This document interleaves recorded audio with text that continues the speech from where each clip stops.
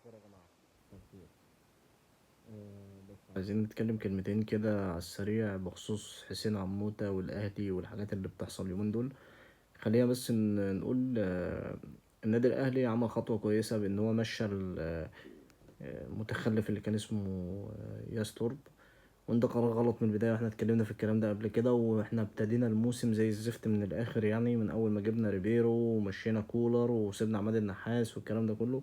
عماد النحاس كانت فترة انتقالية، كسب الدوري، وبعد كده كان المفروض نجيب مدرب اسمه كان معروض، أورس فيشر كان معروض، ولكن الإدارة استرخصت أو استغلت أو اتضحك عليها أو أيا كان، يعني راحت جابت لنا ريبيرو، وبعدين جابت عماد النحاس، مسك التلات أربع ماتشات وكسب فيهم ومية مية.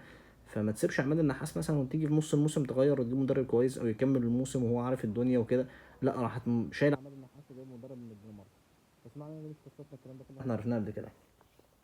في كلام طالع ويعتبر ان هو خلاص بنسبة 99% ان خلاص حسين عموتة جاي مدرب للنادي الاهلي، وكابتن وائل جمعة مسك مدير كورة. اولا وائل جمعة فشل قبل كده كمدير كورة، وهو مش تعقيبا على ان وائل جمعة فشل او لا، او ممكن ينجح المرة دي او ممكن ما ينجحش، لكن هو كان راجل قبل كده مسك مدير كورة سنة 2014 2015 وفشل في الكلام ده كله، وتمت اقالته او استقالة او ايا كان.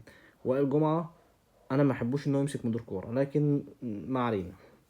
هو شخص صدامي، والمنصب ده عايز حد سياسي وصدامي الاتنين في نفس الوقت.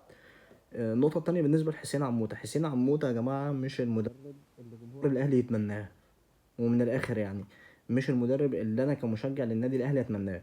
حسين عموتة مدرب منضبط تكتيكيا، مدرب دفاعي بيلعب على التحولات.